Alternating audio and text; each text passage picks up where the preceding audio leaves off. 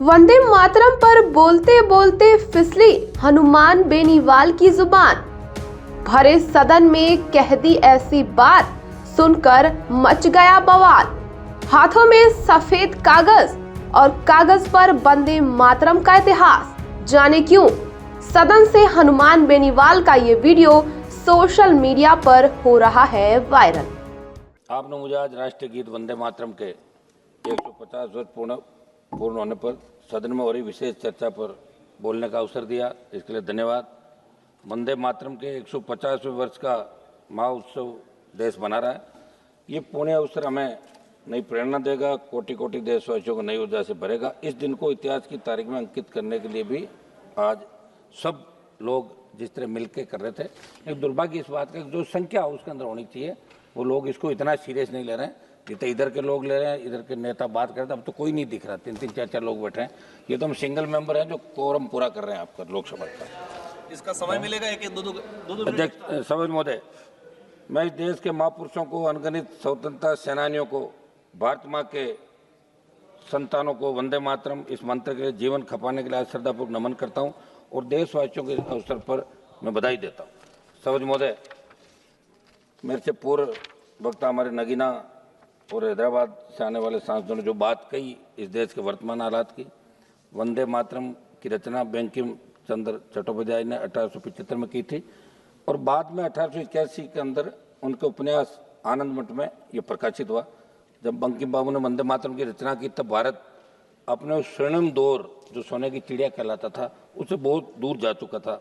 विदेशी आक्रमणकारियों ने उनके हमले, लूटपाट, अंग्रेजों की शोषणकारी नीतियाँ, उस समय हमारा देश गरीबी और भूखमरी के चंगुल से करा रहा था। तब भी बंकिम बाबू ने उस बुरे हालात की स्थितियों में भी चारों तरफ दर्द था, विनाश था, शोक था, सब कुछ डूबता हुआ नजर आ रहा था। ऐसे समय बंकिम बाबू ने समर्थ भारत का आह्वान किया, क्योंकि उन्होंने विश्वास था कि मुश्किलें कितनी भी क्यों ना हो, भारत अपने स्वर्णिम दौर को पुनर्जीवित कर सकता है और इसलिए उन्होंने आह्वान किया वंदे मातरम। भारत की आज़ादी के आंदोलन में वंदे मातरम जैसी रचना की बहुत महत्वपूर्ण भूमिका रही।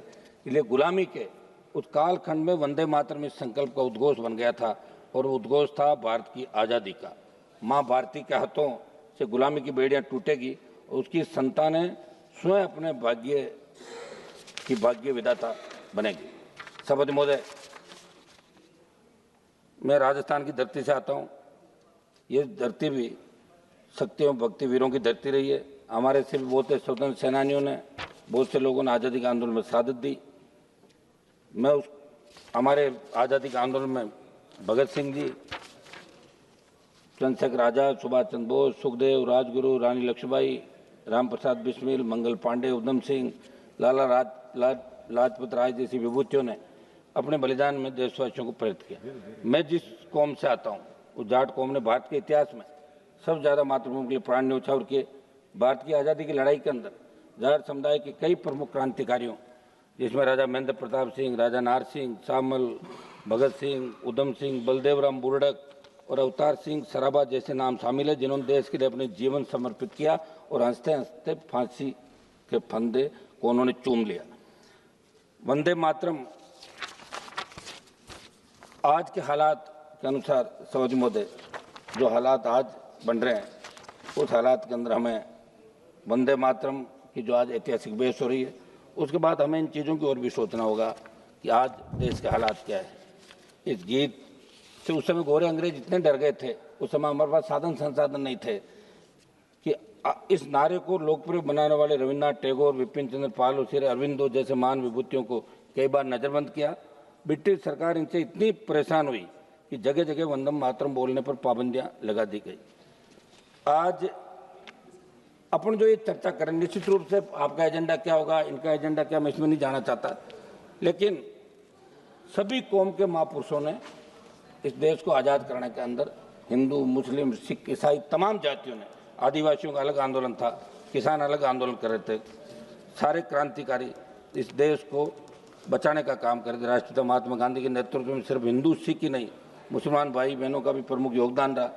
मौलाना अब्दुल कलाम आज़ाद, अशफाक उल्लाह खां, खान अब्दुल गफ्फार खान, डॉक्टर जाकिर हुसैन, मौलाना मोहम्मद अली जोर, हजरत मोहानी बेगम, हजरत महल और यूसुफ मेहर अली जैसे प्रमुख लोग इसके अंदर शामिल थे।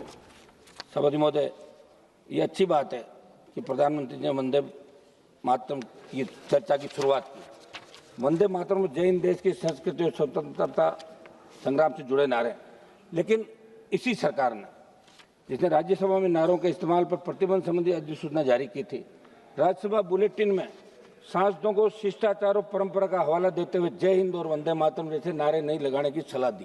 कौन सरकार ने? इसी सरकार ने। जब सरकार का नाम आती घंटी, तो यहाँ तो कितना पहल के गए लोग, थोड़ा बहुत तो बोलने दो था। जब इन्हीं पर चर्चा करते हैं तो बहुत कुछ आक्षेप लगता है। उम्मीद है कि वंदे मातरम पर व्यापक और सार्थक चर्चा होगी और ये चर्चा पश्चिम बंगाल चुनाव को ध्यान में रखकर किसी एजेंडे में न बदल जाए। चर्चा राजनीति से ऊपर उठकर देश हित को प्राथमिकता दे, लेकिन ये दुर्भाग्य कि आज इस चर्चा में भाजपा के ज़्यादा लोग राजनीति कर रहे थे और कांग्रेस वाले है नहीं। ये भी बड़ा दुर्भाग्य। आप देखिए, वर्तमान सरकार के पर नहीं बल्कि देश के सामने मौजूद जटिल समस्याओं, महंगाई, बेरोजगारी, आर्थिक विकास, महिला सुरक्षा, किसानों की व्यापक समस्याओं, सांप्रदायिक हिंसाओं, समाज में बढ़ता अपराध, युवाओं में बढ़ता नशा, इन पर रोक देने की आवश्यकता है। हाल ही के सितंबर महीने में इनके जो जिनको लोग गोदी मीडिया कहते हैं, मोदी मीडिया, इंडिया टुडे सी वोटर द्वारा किए गए सर्वे के मुताबिक पीएम के नेतृत्व में पिछले 11 साल में उनकी सबसे बड़ी जो असफलता बताई बेरोजगारी। 27.1% लोगों का मानना है कि बेरोजगारी सरकार की सबसे बड़ी असफलता। 6.5% लोगों ने आर्थिक उन्नति को धीमे होने की बात कही। 5.8% लोगों मतलब मोदी सरकार के तो अल्पसंख्यक समुदाय में भय का माहौल। 5.3% लोगों मतलब महिला सुरक्षा और 4.8% कह रहे हैं कि आतंकवाद को न संभाल पाना भी दिक्कत है। बहुत उम्मीद करी थी, मैं भी आपके एनडीए में था पिछली बार जब जीत के आया था, और ये जो हालात अभी ऑपरेशन सिंदूर और उसके बाद बना, जब 14 में सरकार आई, 19 में आई, 24 में आई, तो नौजवानों ने एक सपना सोचा कि अब शहादत नहीं होगी बॉर्डर पे, अब देश सुरक्षित हो गया। लेकिन अभी उतने शहीद हो रहे हैं हमारे लोग, तो ये शहादत कब रुकेगी, ये देश जानना चाहता है। मैं एक घटना का जिक्र करना चाहूँगा सऊद महोदय। 1905 में बंग आंदोलन के दौरान अंग्रेजों ने वंदे मातरम के सार्वजनिक प्रतिबंध लगाया। फिर भी 14 अप्रैल 1906 को 12 साल में हजारों लोगों ने अंग्रेजों के आदेश को नहीं माना, तब पुलिस ने उन पर लाठीचार्ज किया। सऊद महोदय, आज सरकार वंदे मातरम चर्चा जरूर करवा रही है, मगर 12 साल में 1906 में अंग्रेजी हुकूमत ने क्या भाजपा की सरकार भी उसी नीति पर नहीं चल रही है? हरियाणा का जाट आरक्षण आंदोलन, राजस्थान का गुर्जर आरक्षण आंदोलन, पहलवान बेटियों का आंदोलन, फिर किसान आंदोलन का जिक्र करें। आपकी पार्टी की सरकार ने आंदोलनों को अंग्रेजों की तर्ज पर कुचलने का काम किया। ऐसे में आपको राष्ट्रगीत के महत्व को आत्मसात करने की आवश्यकता है। सभापति महोदय, बस 1 मिनट समाप्त कराऊं। सभापति महोदय, मुझे लग रहा है कि जैसे ही थोड़ी सी बात होती है आप घंटी बजा देती है। यहाँ आज सब लोग चर्चा में भाग ले रहे हैं, हम सब बैठे हैं शाम तक, तो आपको सबको सुनने की आदत रखनी चाहिए। सुनोगे नहीं तो सुधार कैसे? 1 मिनट समाप्त कराऊं, सब लास्ट तो बोलने दो मुझे। 1 मिनट बैठा कंक्लूड कर लेने दो। बस लास्ट मेरा इतना ही निवेदन था। आज अपन ये इतनी बड़ी चर्चा करें, हाउस चल रहा है, इंडिगो की फ्लाइटें रद्द हो गई, लेकिन आज 5:30 बजे इंडिगो फ्लाइट के अंदर जो लूथरा ब्रदर्स दोनों भाई है, जो गोवा के नाइट क्लब में आग लगी, 27 लोग मारे गए और इंडिगो फ्लाइट से दोनों भाई भाग गए यहीं से। पार्लियामेंट चली, इससे बड़ा दुर्भाग्य नहीं हो सकता। कौन सी